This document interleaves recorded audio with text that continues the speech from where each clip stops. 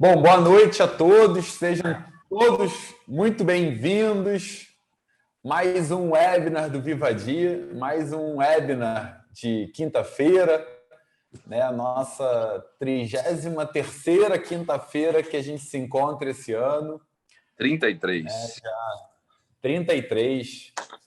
Já virou uma rotina a gente estar aqui junto às quintas-feiras, se encontrando para poder conversar mais, aprofundar mais sobre esses temas que trazem valor à escola no Brasil, que trazem valor à discussão sobre novas formas de atuação, sobre a importância de investir no hemisfério direito da escola. Então, é um prazer ter vocês aqui, é um prazer receber todo mundo aqui novamente. Joelma, boa noite, Joelma. Você sempre aí presente com a gente, Joelma. Obrigado aí pela sua presença, viu? A gente hoje aí está se aproximando do final do ano, né? E traz aí um tema que tem tudo a ver, que super conecta com esse momento do final do ano. Então, antes de falar um pouquinho sobre o tema que a gente vai trazer aqui hoje, vai abordar aqui hoje, né, e como é que a gente vai fazer essa abordagem, sempre através de uma série de provocações, para quem está chegando novo, para quem não conhece a gente ainda. Esse evento é um evento que é promovido pela rede, né, a rede, o hemisfério direito da escola, que reúne gestores de todo o Brasil. Hoje a gente tem aí quase 2.000 gestores de escolas no Brasil reunidos nos grupos de WhatsApp, reunidos nos eventos que a gente tem promovido, reunidos consumindo conteúdo no site rede.vivadi.com.br. A Bárbara, que tem aí organizado convites, que tem organizado aí todo o conteúdo para ser compartilhado com todo mundo, vai colocar aqui no chat para a gente já o link do rede.vivadi.com.br. Convido todos a conhecerem os conteúdos que estão lá. Lá estão os links para que possam assistir todos os 32 webinars que aconteceram esse ano. Lá está o link para acessarem no Spotify o podcast, onde a gente traz aí as gravações, né, para que possam escutar, ouvir aí. Bom, então a gente tem aí no Spotify, todos esses eventos ficam gravados também lá no Spotify. Quem quiser ouvir quando estiver indo no carro, estiver indo para a academia, dando aquela caminhadinha, pode escutar também através de podcast essas discussões que a gente tem tido, né? Então, é um prazer ter vocês aqui, reunir vocês aqui. A rede, ela é uma iniciativa do Vivadi, né? O Vivadi é esse novo parceiro da escola, né? Não é um programa, não é uma plataforma, é um parceiro da escola, né? É uma companhia formada por um conjunto de pessoas que estão há muitos anos na educação, né? Estamos aqui hoje eu e Evaldo, que já nos conhecemos. Só de educação juntos a gente já tem mais de 10 anos, né, Evaldo? Fora os anos separados, né? Considerando que você tem um pouco mais de uma década a mais do que eu, você então tem mais experiência ainda. E a gente tem, então, Pablo Doberti, Francisco, pessoas que passaram aí por grandes empresas atuando em educação.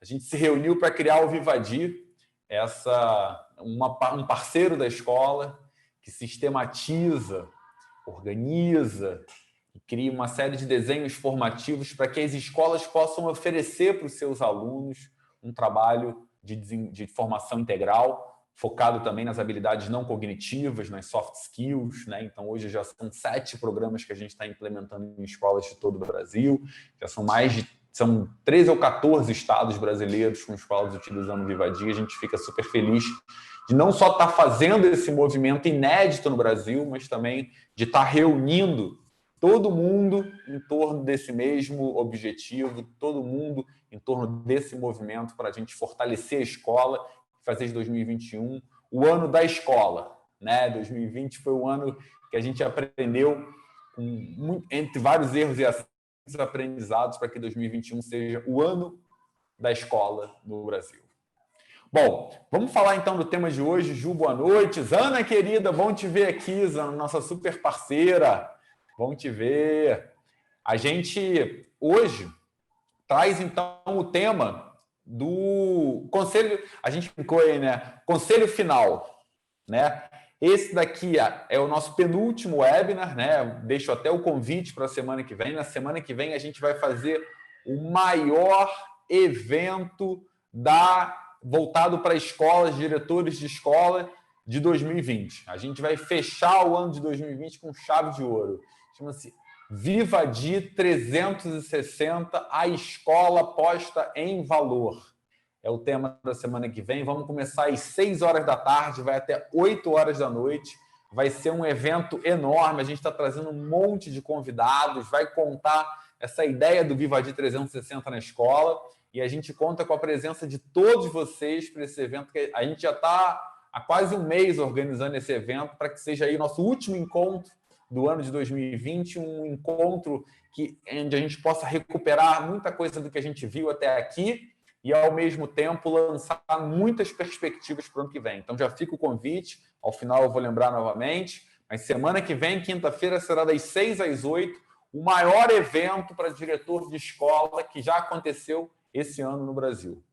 Tá? A gente está super animado com isso. Bom, e o de hoje, para a gente seguir aquela linha que a gente tem seguido, a gente traz aqui o tema do conselho final, né?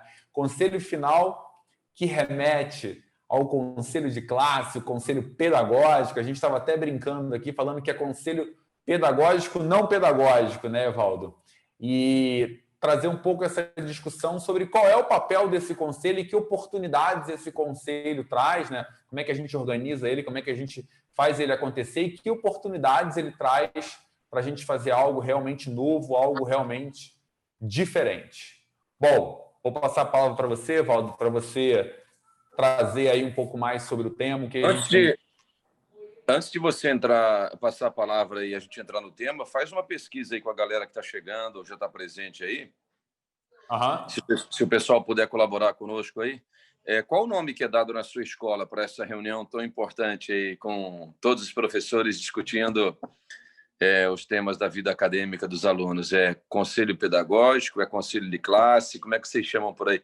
É muito interessante quando a gente reúne pessoas de diferentes escolas, de diferentes regiões do Brasil, para a gente identificar as nomenclaturas, né? Como cada um faz a sua divisão, cria o seu organograma, estabelece as suas práticas e vai dando nomes. Num lugar é coordenador, no outro é supervisor, outros chamam de diretor. Às vezes a pessoa faz a mesma função de liderança no grupo. E conta para a gente como é que você chama essa reunião de final de ano. Se é um conselho pedagógico ou um conselho de classe?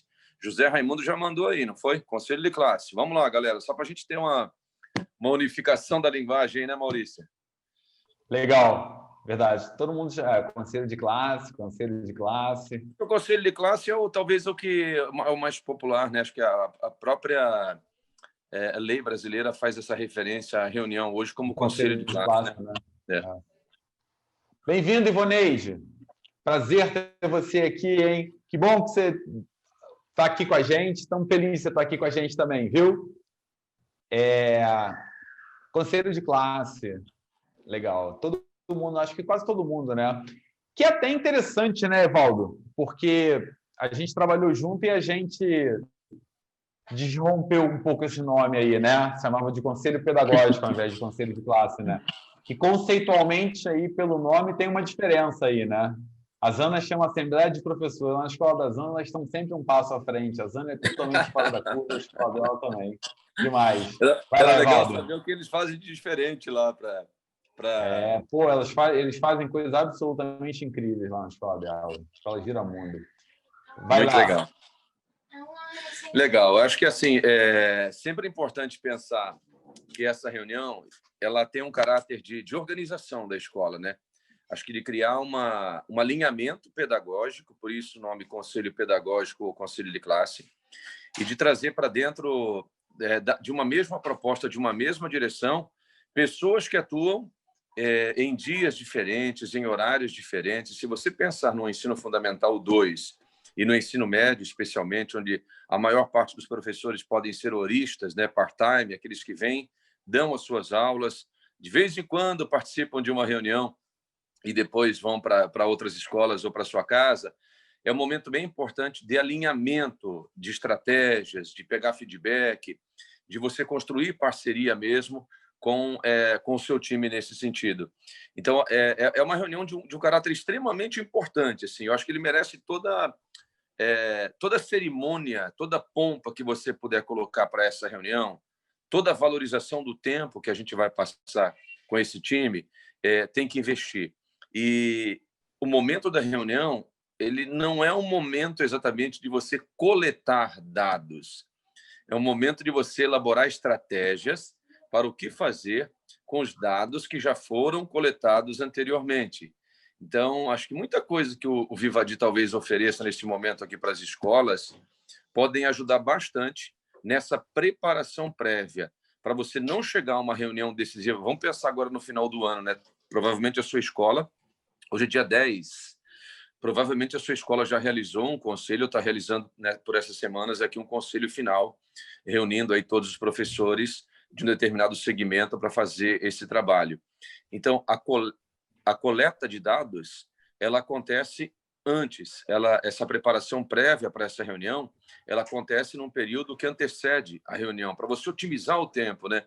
E não ter aquela reunião que começa, sei lá, 7 horas da manhã, e quando deu meio-dia não acabou ainda a discussão longa, interminável, improdutiva, onde as pessoas se repetem, onde às vezes alguém tem um monopólio da palavra, ou porque fala mais alto, ou fala mais grosso, ou se ela tem mais repertório, acaba monopolizando a reunião. Então é bacana criar uma estratégia de você fazer um antes, fazer um durante e investir num depois, num acompanhamento das decisões que foram tomadas a partir dessa reunião. Eu costumo dizer, Maurício, não sei se você vai concordar comigo, que um conselho pedagógico, um conselho de classe, ele é exatamente como uma aula. O tempo, a energia que eu gastar para preparar equivale ao nível de sucesso que eu vou alcançar, equivale ao nível de bom resultado que eu vou alcançar. Uma aula bacana, uma prova bem elaborada, ela exige de mim muito tempo, pesquisa, paciência, visitar vários sites diferentes, sabe? Olhar para o meu arquivo pessoal e assim, é uma peça, é uma coxa de retalhos que eu estou montando para dar minha autoria. Quando eu me refiro a uma prova, uma boa aula. Eu preciso investir um tempo gigantesco. Da mesma forma, para a coordenação pedagógica, para a supervisão, para o gestor escolar, o sucesso de uma reunião depende do tempo que você investiu, da energia que você gastou na preparação desse momento. E assim como professor, não sei se o Maurício vai concordar comigo, que normalmente ele faz assim, ó. Esse aqui é o IBC, é o Índice de Balanceamento de Cabeça. Quanto mais o Maurício faz o movimento nessa perspectiva aqui, na vertical, mais o IBC sobe, ele está concordando. Quanto mais esse movimento é horizontal, mais eu sei que o IBC está caindo e a gente está enxergando as coisas de uma forma diferente, o que também pode não ser negativo, né, Maurício? É verdade, tem toda a razão.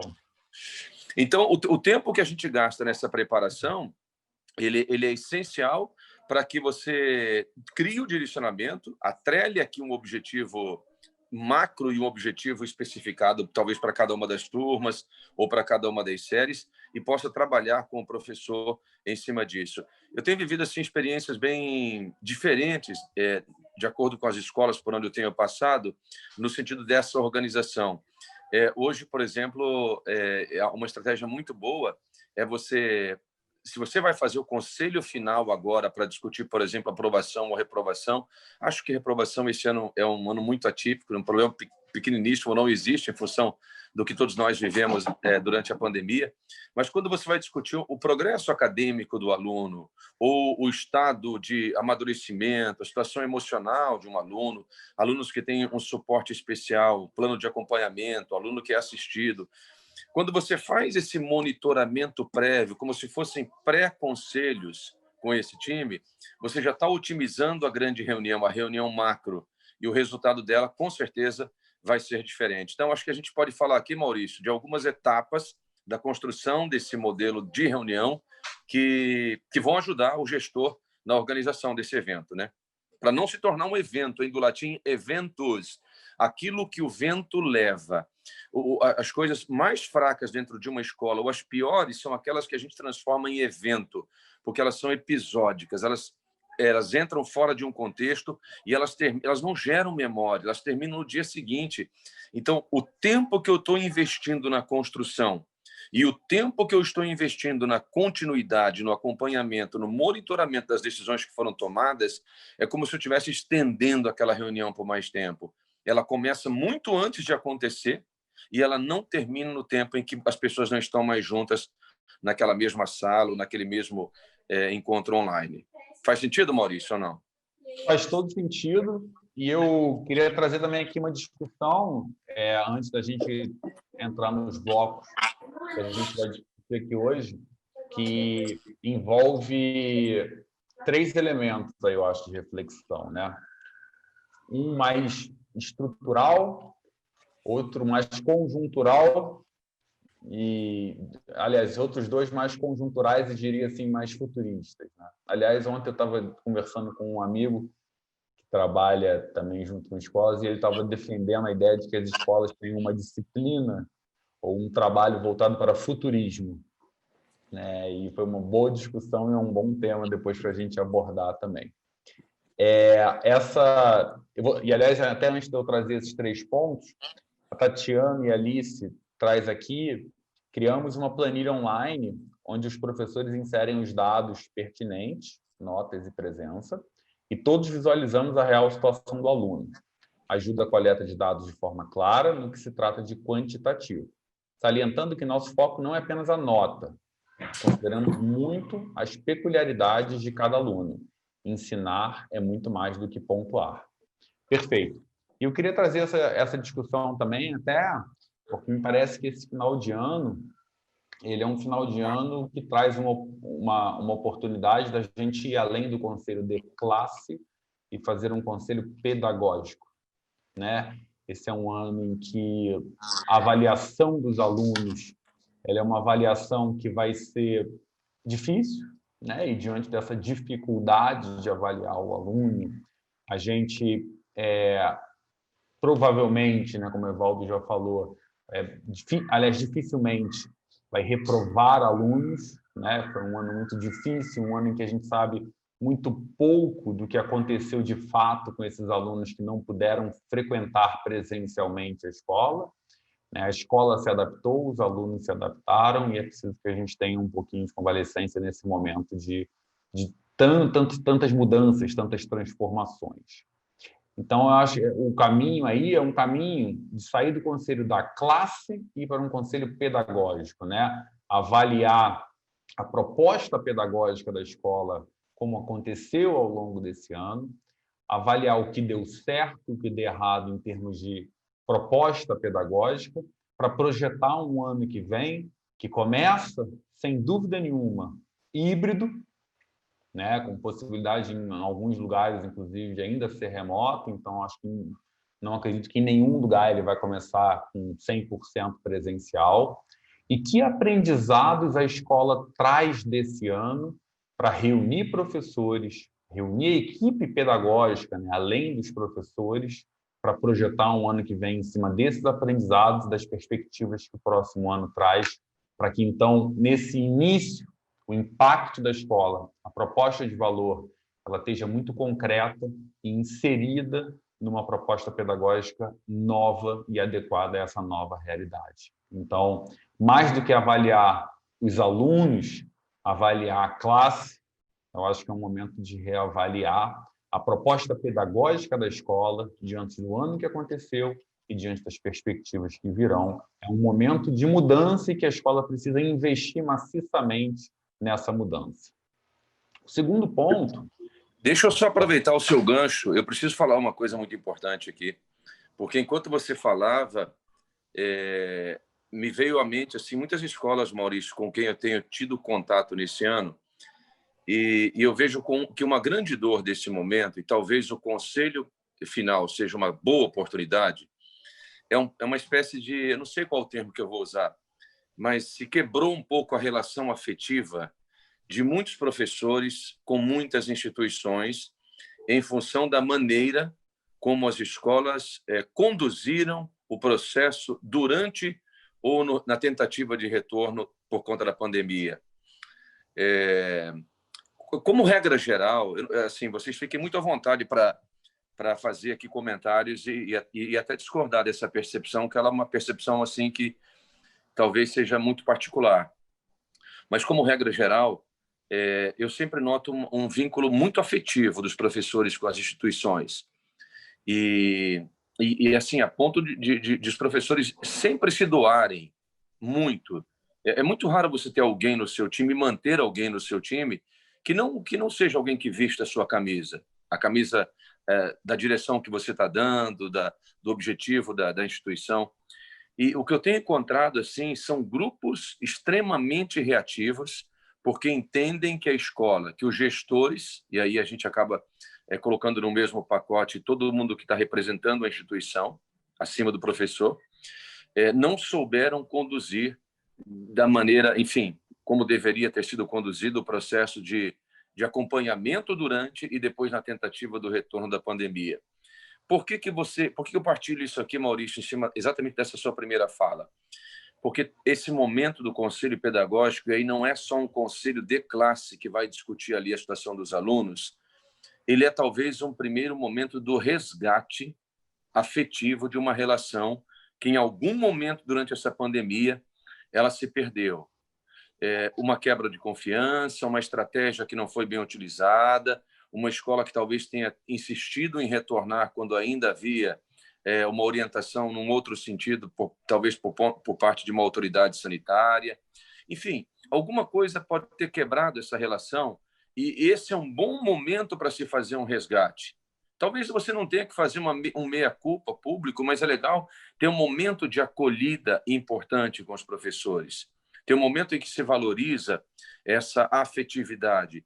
Porque dentro da escola, tudo aquilo que a gente incentiva que os alunos desenvolvam, seja no hemisfério direito, no aspecto mais ligado à área criativa, emocional, do bilinguismo, seja na dimensão cognitiva, no aspecto do raciocínio, a gente tem que dar um exemplo. E eles olham muito para a maneira como os professores são tratados, como os coordenadores e os diretores se relacionam. A escola educa pelo clima que existe dentro, assim, no ambiente interno. Ela fala muito, né? As paredes de uma escola, a arquitetura de uma escola, elas também dizem muito sobre a nossa cultura e nossos valores.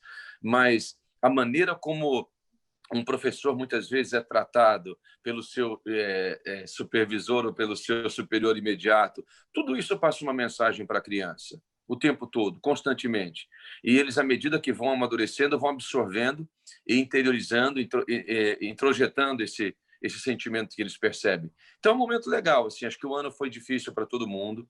A gente, como gestor de escola, a gente acabou cometendo alguns atropelos, alguns erros, por excesso ou por falta.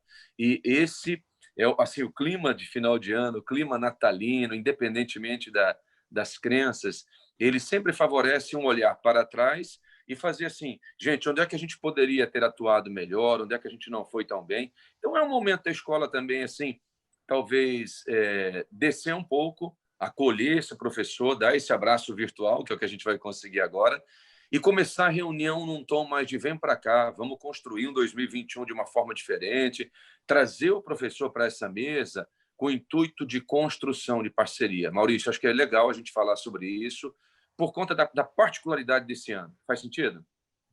Faz todo sentido, concordo com você também. Assim, acho que tem um clima por parte do professor também de muita preocupação, né? E trazer o professor para o jogo, ele é bem importante. Estou super de acordo. O segundo ponto que eu queria trazer também é que me parece que esse conselho, mais do que ser de classe, ser pedagógico, ele também é uma oportunidade de explorar ou de iniciar, ou de aprofundar, dependendo do estágio em que cada escola está, a cultura digital dentro da escola. A gente vem falando muito sobre isso ao longo desse ano aqui nos encontros de quinta-feira, da importância que a escola tem, a escola assumir no seu projeto pedagógico a criação de uma cultura digital. E essa cultura digital ela não se cria, né? O Evaldo gosta que eu fale isso, investindo em uma tecnologia que é efêmera, mas sim através de um conjunto de rituais, um conjunto de processos que possibilitam que o digital ele faça cada vez mais parte da realidade da escola, a forma como ela lida com a equipe pedagógica, a forma como ela lida com as famílias, a forma como ela lida com a comunidade como um todo. Então, se a escola não consegue reunir todos presencialmente, ela pode reunir todos virtualmente. Mas não é só reunir virtualmente. E aí, quando a Tatiana fala da planilha online, onde os professores inserem os dados, me parece que também é uma oportunidade de utilizar não só planilhas, mas usar uma série de aplicativos, né? A gente tem aí o Typeform, tem aí o Google Forms, tem aí o SurveyMonkey, tem uma série de aplicativos que podem ser utilizados para coletar informações não de cada aluno, mas dos professores, né? E se você começa a utilizar essas estratégias digitais, a gente no curso de formação para reunião de pais mostrou também algumas ferramentas que podem ser utilizadas para dinamizar uma reunião de pais. Então, é a hora também, eu acho, que o diretor da escola se assessorar, buscar alguém próximo que entenda disso e entregar uma experiência para a equipe pedagógica durante essa reunião, cada vez mais digital, mostrando que a escola está fazendo esse movimento de criação de uma cultura digital que vai ser indispensável para o próximo ano. Esse é o segundo ponto aí. Não sei se você concorda com isso aí, Evaldo, mas você traz também muito isso aí no teu DNA, né? Cara, eu vivi a experiência, eu gosto de dividir um pouco. Quando você faz, assim, 30 anos de magistério, você olha bastante para trás para ver quanta coisa que já mudou, e é muito legal. Mas eu lembro do impacto do primeiro conselho pedagógico numa escola absolutamente tradicional de giz e quadro verde, não quadro negro ainda, mas em que tudo era analógico ainda, tudo no papel, no registro, na caderneta, naquele livrinho que o professor leva para a sala de aula e ainda faz aquela marcaçãozinha com pontinho ali da presença ou da falta. O impacto que gerou quando numa reunião, a gente fez o primeiro conselho de classe, projetando num grande painel a imagem do aluno e, para além das informações de número, todos os dados que foram coletados pelas pessoas que mais convivem com os alunos, né? Eu não sei como é que você chama na sua escola, mas a gente chama aqui no Rio de inspetor de alunos. Inspetor não muito ligado assim a uma área mais, sei lá, militar, de polícia, mas ou agente educacional, enfim. Bedel, tem lugar que chama de Bedel, eu adoro esse nome. Pois é, eu não conhecia, então, legal, bom saber. Mas eu vivi uma experiência interessante de trazer esses agentes educacionais para dentro de um trabalho de gestão escolar. Em que sentido? Numa escola onde você trabalha com professores part-time, com professores horistas, talvez essas pessoas sejam aquelas que mais convivam com os alunos no dia a dia. Teu professor, por maior que seja a carga horária, ele vem dar as aulas dele e vai embora. O agente educacional está ali o dia todo, o tempo inteiro. Só que você não pode delegar missão sem fazer um treinamento, um trabalho de acompanhamento. Então, a gente passou a fazer reuniões semanais de formação mesmo, de acompanhamento, de feedback, de estudo, de leitura, e desenvolver profissionalmente essas pessoas para que elas estivessem habilitadas e preparadas para nos ajudar municiando de dados. Cara, eu vou dizer um negócio para vocês aqui. É muito difícil uma informação chegar para a coordenação ou para a direção de uma escola sem que ela antes tenha passado por um desses agentes. É a minha experiência. Eu vivi isso em 2 escolas diferentes, com 2 times que eu trabalhei, treinei e ajudei a se preparar, 2 times diferentes. E quando você tem todos esses dados e monta uma planilha, muitas vezes você faz uma entrevista com alguns dos professores também para coletar mais dados e faz uma tabela não quantitativa, mas qualitativa, o teu conselho tem uma outra dimensão, porque você traz informações que foram agregadas pela sua equipe de psicologia, pela sua equipe de orientação educacional, pelos seus agentes educacionais, um ou outro professor do seu time que tem uma sensibilidade maior e enxerga o aluno antes como pessoa do que como número. Isso é muito importante, é bacana identificar no seu time quem consegue ter essa percepção e coletar dados sobre os alunos que possam, num conselho de classe, a gente chama isso de red flag, né? Quem vão ser os alunos que realmente precisam de uma atenção especial ou de um plano de ação e acompanhamento diferenciado? Então, quando a gente mostrou isso projetado para cada um dos alunos, cara, tipo assim, foi um choque térmico, foi uma transição assim muito impactante, porque existe uma reação quase que natural. Não, a escola não pode se perder nesse mundo digital. Não, a escola precisa se encontrar no ambiente digital para fazer um trabalho mais eficiente. E assim, Maurício, o primeiro beneficiado é o próprio professor, porque você conhece melhor para quem você está dando aula, você conhece melhor quem são os seus alunos, você tem oportunidade de intervenção pedagógica ou intervenções pedagógicas muito mais efetivas e eficientes com seus alunos. Então, acho que assim, a gente mudou significativamente a cultura e a percepção dos professores, mostrando para eles quanto isso agregava. Tipo assim, coisas que antes você discutia uma semana ou, sei lá, 2 horas de um conselho pedagógico com 10, 15, 20 professores para chegar a um ponto. Não, agora estava ali coletado. É inquestionável isso. Esse aluno aqui, sei lá, olha só como impacta a vida desse menino nas médias. Se eu tenho do lado uma planilha que me diz, por exemplo, a situação familiar, se eu tenho uma planilha que me diz, por exemplo, a quantidade de atrasos dele e por que ele atrasa 4 dos 5 dias da semana, a quantidade de vezes que ele foi colocado por alguma razão para fora de sala por um professor. Gente, olha só que mapa que eu estou construindo. É uma leitura que vai muito além de você pegar uma nota de um aluno e querer fazer uma compreensão de quem é esse sujeito, né, Maurício? Perfeito, perfeito. Eu acho que para fechar esse bloco, né, que é o bloco aí que a gente está tratando de uma maneira geral aí sobre a preparação do conselho pedagógico, né, ou de classe, a gente pode falar aí um pouquinho, aprofundar esse tema dos atores envolvidos, né? A questão da definição do objetivo desse conselho e do follow-up, né? Que são pontos que você trouxe aí, Evaldo, sobre isso daí.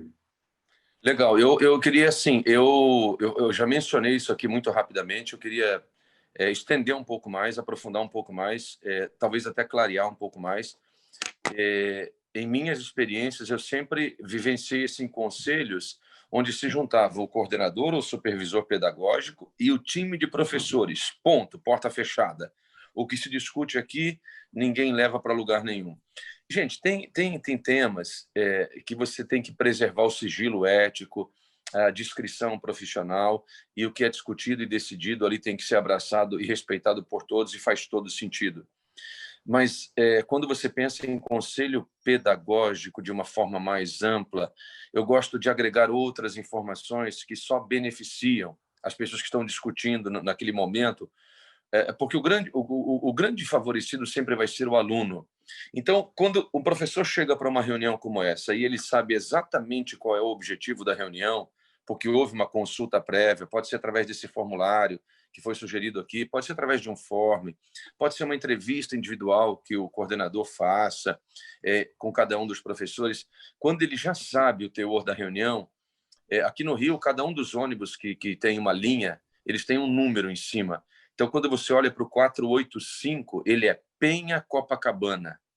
Você já sabe para onde vai o 485. O 485 é um ônibus que aqui no Rio, ele entra na Ilha do Fundão, ele vai para Bom Sucesso, ele tem um itinerário maluco, mas ele vai chegar lá. Quando um professor chega para uma reunião e ele sabe exatamente o objetivo, ele tem a mesma segurança que o aluno dele deveria ter quando ele começa uma aula. Quer saber assim, cara, onde o Evaldo quer chegar com essa aula de hoje? Qual é o objetivo de aprendizagem dessa aula?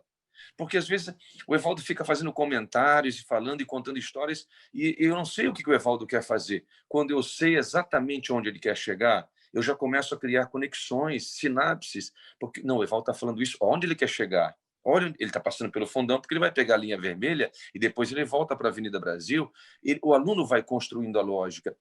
Então, isso vale para o professor quando ele chega para uma reunião qualquer na escola, mas especialmente para uma reunião como um conselho que tem uma importância, eu diria assim, que tem um status mais elevado, e ele já sabe o que vai acontecer, qual é o grande propósito daquele encontro, por que foi necessário, talvez, alterar um pouco o seu horário, a sua rotina para aquela reunião acontecer. Então, deixar muito claro qual é o objetivo, esse é o ponto número 1. Depois, assim, a gente vai falar de muita coisa no conselho.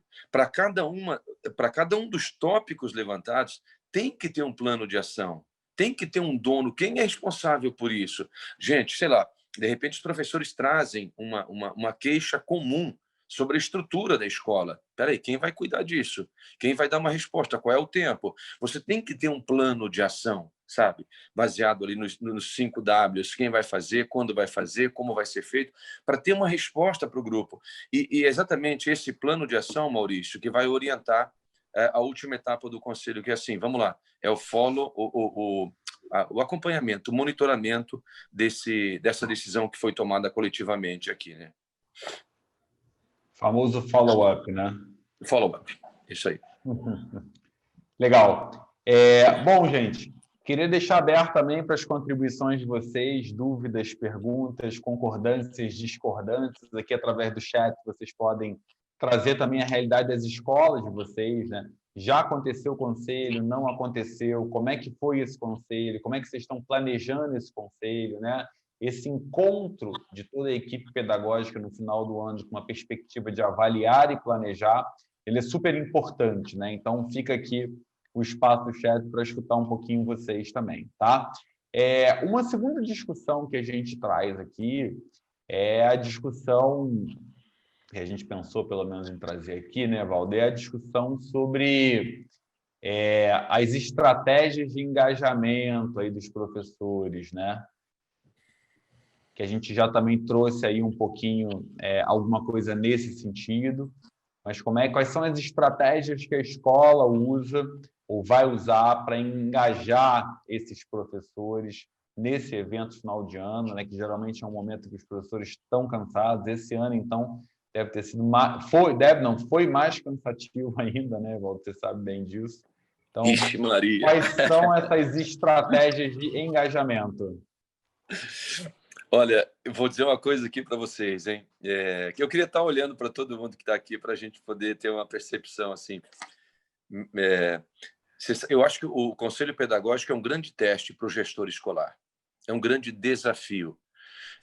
Eu penso que as reuniões com os responsáveis, assim, com os pais, elas têm um caráter. Mas o grande desafio para mim é o conselho pedagógico, porque é um momento especialmente quando você tem um grupo muito corporativo, um grupo muito fechado.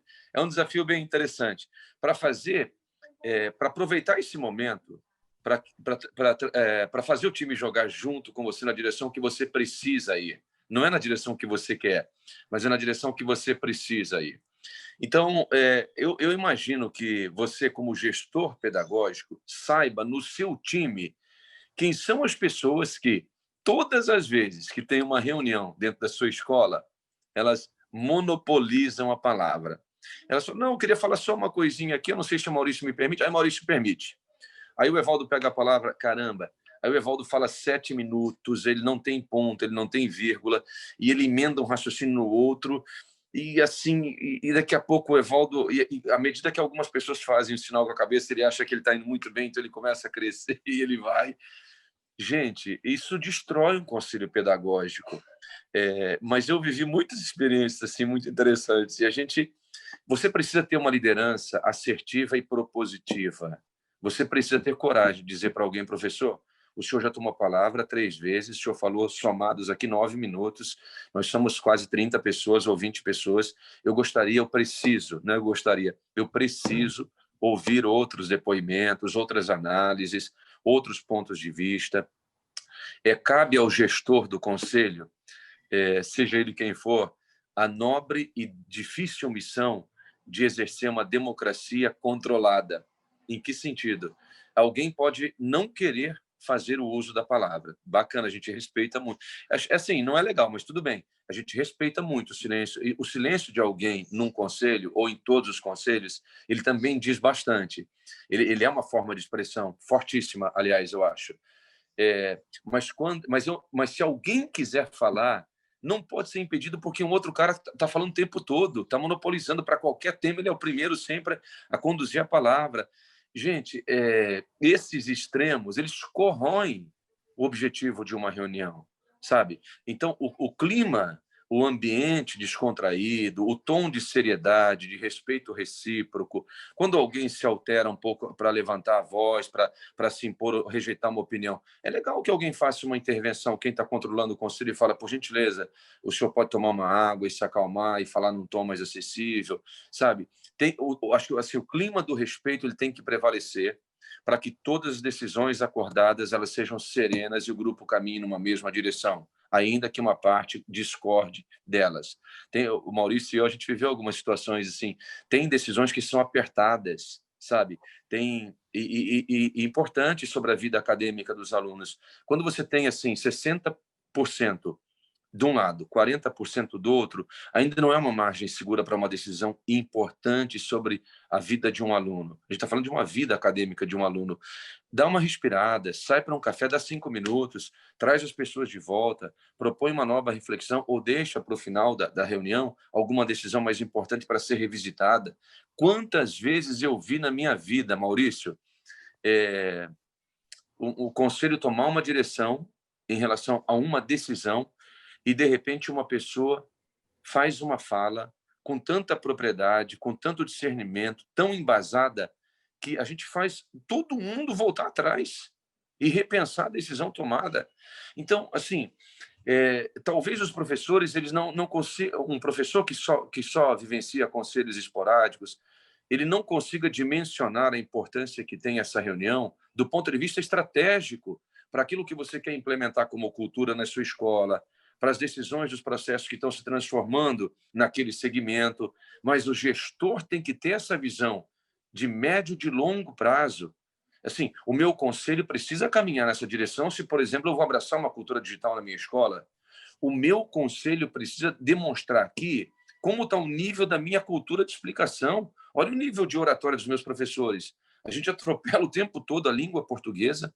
Como a gente vai para a nossa sala de aula e vai conseguir transformar o nosso aluno num aluno de excelência acadêmica? Assim, o nível que você estabelece é também o nível que vai para a sua sala de aula. E o momento do conselho pedagógico, quando você coloca claramente as regras, o objetivo, quando você dá o tom do que vai ser aquela reunião, você está dizendo muito para o seu professor como vai avançar a escola. Então, Maurício, nesse tópico aqui de estratégias de engajamento, eu penso assim, cara, é um treinamento que eu acho que os gestores precisam passar. É uma gestão de pessoas. A gente precisa dar voz a quem não se manifesta e tem muito a contribuir, e a gente precisa, em algum momento, de uma forma extremamente educada e polida, conter os mais eufóricos que pensam que tudo tem que ser eles primeiro, a argumentação deles sabe? Cara, tem que ter esse controle aí, porque senão você vai para outro lado. Não sei se faz sentido aí o que eu falei. Faz todo sentido, e eu vou pegar a tua fala para trazer um ponto também aí, que é algo que você também tem muita experiência, que eu acho que é importante a gente trazer aqui, até porque tem desdobramentos seguintes, que é a questão da própria avaliação e autoavaliação da equipe pedagógica, né? Então, vou aproveitar, então, inclusive aqui o que a Ivaneide comenta, que é ótima colocação da Tatiana, temos que ter olhar para todos os envolvidos na educação. A autoavaliação é de fundamental importância no decorrer do processo. No momento em que percebemos a nossa responsabilidade, o caminho se abranda e os desafios possivelmente superados. A Tatiana depois complementa, coloca sentido nisso, totalmente pertinente sua fala, e eu acho que também é uma oportunidade, né, da gente fazer uma autoavaliação da instituição, né, do funcionamento da instituição ao longo do ano, e dar oportunidade para que toda a equipe também se autoavalie. Esse processo de autoavaliação, de avaliação, ele não precisa ser aberto, coletivo, né, entregue para que todo mundo fale, vire quase que um momento de cada um fala o que tiver vontade de falar aqui, mas através de um processo cuidadoso, baseado em uma série de critérios para que cada uma das pessoas envolvidas nesse processo pedagógico da escola ao longo desse ano possa estar avaliando a escola como funcionou, avaliando as propostas que foram feitas, enfim, sair de uma visão mais ampla e geral da escola, que com certeza vai trazer muitos insumos para o planejamento da escola para o próximo ano, e passando por uma avaliação mais específica do indivíduo, né? Do quanto que ele avalia o seu papel esse ano. É muito difícil para a escola, esse ano em que as coisas aconteceram de uma maneira tão distante, ela assumir o papel de avaliar o Evaldo na aula dele, que ele deu da casa dele, com os alunos dele, como foi esse desempenho. Muitas escolas sequer faziam isso antes, né? E essa me parece que é uma oportunidade para que isso comece a acontecer para quem não fazia. Esse momento de autoavaliação, para que a escola possa entender o que cada professor está sentindo, como foi o ano, como ele se autoavalia, e em seguida marcar sessões de feedback para esses professores, para que eles possam estar continuamente crescendo e a escola construindo uma equipe campeã, também é uma oportunidade a partir desse conselho pedagógico. Porque se você reúne esses dados e como é que os professores estão avaliando a escola, você consegue reunir um painel de apresentação de qual é a visão que o professor tem da escola.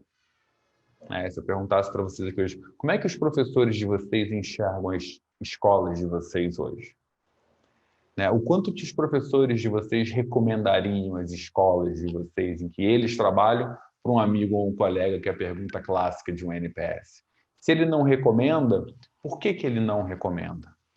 O quanto que esse seu professor ele reconhece que o ano dele foi um ano ruim e sabe por que foi ruim e o que a escola pode fazer para recuperar esse cara ao invés de simplesmente julgar ele ou trocar ele. Então, inserir dentro desse conselho uma avaliação da escola e também dar oportunidade de uma autoavaliação para que depois individualmente possa ser feita essas sessões de feedback é também uma oportunidade de crescimento e de construção de um time cada vez mais qualificado.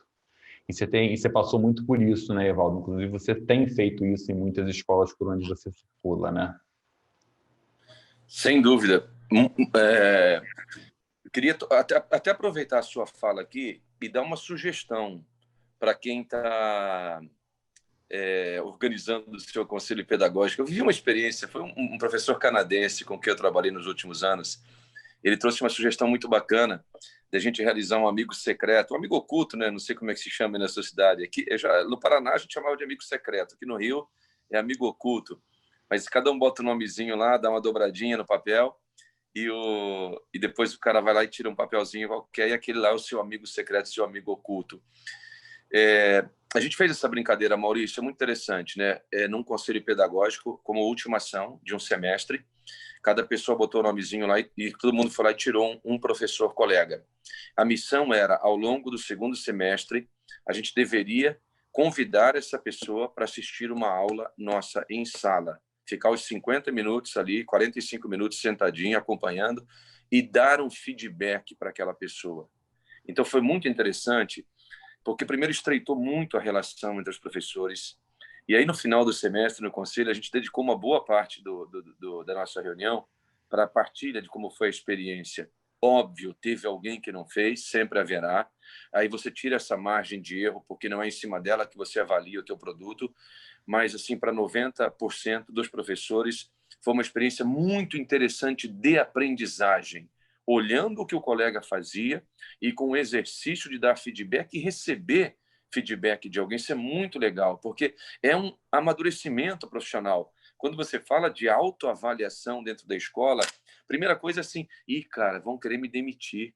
Quando você fala, vamos sentar e vamos conversar que eu vou te dar um feedback. Não, gente, o feedback, a autoavaliação, ou o processo de você formar pares para compartilhar boas experiências, e esse é um trabalho que você, gestor, precisa incutir e convencer o seu professor em relação a isso, porque eu penso que é verdadeiro, é desenvolvimento profissional. Cara, eu estou te ajudando a ser melhor, experimentar outras práticas, enxergar para além da sua experiência. Assim, todos nós vivenciamos metodologias diferentes e eu posso aprender com o professor de química, mesmo sendo um cara que é de filosofia. Sabe? Isso é muito bacana. Esse é o ponto número 1. Então, você pode criar estratégias no seu conselho de fortalecimento de parceria que vão te ajudar a quebrar alguns tabus que impedem o desenvolvimento profissional sem nenhum investimento absurdo. Você colocou as pessoas para dividirem a prática dentro da escola. Isso é muito legal. Depois tem uma outra coisa assim, que é um cuidado, na mesma linha do corta o cara que é o falastrão, na mesma linha de cortar o falastrão, não permitir que um momento afetivo, que um momento celebrativo de um conselho descambe para uma catarse coletiva que não tem fim. Quase que uma terapia de grupo, onde as pessoas só lamentam as pitangas. E assim, a gente tem que ter muito cuidado sobre isso. De novo aqui, assim, quem está conduzindo é extremamente responsável por esse processo. E a última coisa, na hora do feedback, Maurício, se a escola formaliza isso e implementa uma cultura de autoavaliação e de avaliação recíproca, que eu gosto bastante, você pode fazer um modelo muito simples, porque o pretexto, gente, é criar o ritual. Não é tanto o que se diz, mas é dizer duas coisas bacanas que eu estou vendo no seu trabalho. Eu, como seu supervisor, o seu coordenador, duas coisas bacanas que eu estou vendo no seu trabalho, ouvi nesse último semestre, enfim, ao longo da pandemia. E dois pontos que eu considero que a gente pode desenvolver um pouco melhor para 2021.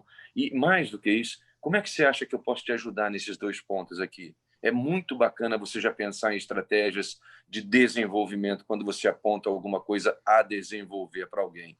Então, acho que você dá para o conselho assim um caráter muito mais amplo do que você só olhar para o aluno, fazer uma avaliação e transforma esse momento num momento também de aprendizagem, de crescimento do professor, né? Legal. A Ilza comenta aqui, carroça vazia faz mais barulho. Importante a formação continuada da equipe. O problema também é aceitar a devolutiva e buscar a formação. Isso tudo é cultura, né, Ilza? No início, certamente é difícil. Com o tempo, se você mostra o propósito do que você está fazendo e os resultados concretos do que você está fazendo, você aos pouquinhos vai criando uma cultura e gerando os resultados que você precisa. Quando bem elaborado, o feedback não levar para o pessoal faz toda a diferença. O programa Ensino Integral faz um trabalho bem bacana sobre isso. Obrigado aí pela dica, viu? Alguém levantou a mão aqui, não sei se apertou de propósito. Juscelia, você quer fazer uma pergunta, Juscelia? Quer trazer alguma questão aí para a gente poder aprofundar? Enquanto isso, eu queria trazer um último ponto. A gente tem um outro bloco aqui, Evaldo, já passamos por todos eles. Não, passamos nosso... Acho que a gente deu uma dissecada boa assim na reunião que é o conselho, né? Olhando ali por ângulos diferentes. Legal. E aí, Evaldo, queria trazer aí, a gente veio falando ao longo desse ano muito sobre a questão do desenvolvimento do hemisfério direito, né? A importância da escola investir no desenvolvimento do hemisfério direito. A gente veio falando aí muito sobre essa coisa do programa de socioemocionais, programa de cultura de estudo, de cultura de explicação, enfim, uma série de programas que o Vivadi está trazendo para a escola, para que a escola possa investir no não cognitivo dos alunos. E me parece que aqui também esse conselho final, esse momento final, ele também é uma oportunidade para a escola trazer, apresentar para os professores, construir com esses professores uma proposta de desenvolvimento integral para o aluno no ano que vem. Certamente, o socioemocional desses alunos esse ano ficou muito fragilizado. E, diante dessa fragilização, o que vai ser feito para o próximo ano? Qual é o plano que a escola tem? A gente tem feito muito com o Vivadi, com o programa de socioemocionais, essas reuniões com as escolas para construir parte desse novo projeto político-pedagógico que as escolas vão ter que revisitar, né? A escola vai precisar revisitar isso e trazer mais de cultura digital, mais de preocupação com o socioemocional. Isso vai ser necessário. E, nesse momento, a construir junto com a equipe pedagógica uma nova proposta para o próximo ano a ser apresentada para as famílias, bem amarrada, bem aprofundada, bem construída, né? É uma oportunidade também para esse conselho. Da mesma forma, trazer tudo isso que a gente está falando e olhar para esse hemisfério direito do professor também. Evaldo. Você sabe que você está fazendo uma referência aí a uma pesquisa da Pearson College of London, que foi feita durante a pandemia. É muito bom ver uma pesquisa que é feita com alunos, porque dá um tom assim, os caras eles falam muito a verdade do que eles pensam, né? E essa pesquisa fala, uma das conclusões é assim: a gente espera que as escolas agora entendam, mesmo que de uma maneira forçada, o quanto elas precisam ter a tecnologia, o quanto elas precisam entrar no mundo digital e não sair mais dele. Eu acho que essa é uma conclusão muito boa. Eu tive em duas escolas bem recentemente, e eu tive com alunos do Fundamental 2 e ensino médio. Maurício, cara, não duvide, não. 80% dos alunos, em sua fala, presencial ou online, as duas escolas estavam híbridas, né? Tinha aluno dentro da sala e aluno em casa, e tinha professor dando aula de casa e professor dando aula presencialmente. E eles diziam assim para mim: esse ano a gente não aprendeu nada, a gente não estudou nada. Todas as provas tiveram gabarito compartilhado, e foi um ano que a gente, efetivamente, o conteúdo da escola a gente não aprendeu. Mas é muito interessante eles falarem que houve outras aprendizagens, houve desenvolvimento de outras habilidades.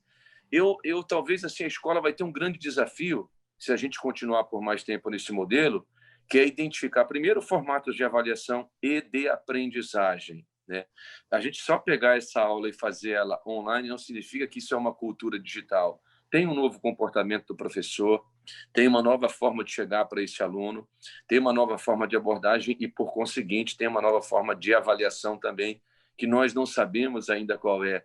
Outro dado interessante: os vestibulares que aconteceram, por exemplo, PUC-Rio, FGV, aqui do Rio de Janeiro, o INSPER, todos eles foram com questões objetivas. Esse é um outro dado interessante, porque, primeiro, que facilita muito, é muito difícil você criar instrumentos e elementos que impeçam 100% que o aluno faça comunicado de gabaritos. E outro, que a gente não preparou o aluno para isso. Nenhuma escola do ensino médio preparou seus alunos falando assim: galera, vocês vão fazer um vestibular só de questões objetivas. Mesmo que o Enem seja uma prova objetiva, com 5 alternativas, um peso gigantesco nessa avaliação é dado à redação, à produção textual, à capacidade argumentativa, ao nível de domínio que ele tem dentro da língua portuguesa. São 5 competências que ele é avaliado, com 200 pontos em cada uma dessas competências. Então, tem desafios bem interessantes aí que dizem respeito a essa cultura digital, e eu penso que, assim, para quem é gestor, quem é apaixonado por educação, quem gosta desse movimento, pô, Maurício, isso é um desafio saudável, porque, assim, tem muita gente pensando soluções. Acho que o que o Vivati está hoje oferecendo para as escolas ajuda muito o gestor a dar passos que antes, sozinho, isolado, dentro da sua escola, talvez você jamais conseguisse dar. Então, é muito bacana. Eu mencionei aqui, quando eu falei da elocução mesmo, da eloquência, da locução ou da eloquência do seu grupo de professores, porque, gente, como o meu professor fideliza o meu aluno, e fidelizar um aluno dentro da minha escola é mais barato do que tentar captar outro. Se eu tenho um professor que não é tão bom assim, mas é alguém que se encaixa demais no perfil, nos valores, é bom de conteúdo, tem um relacionamento fácil e está disposto a aprender, investir, capacitar esse educador, é mais barato do que contratar outro.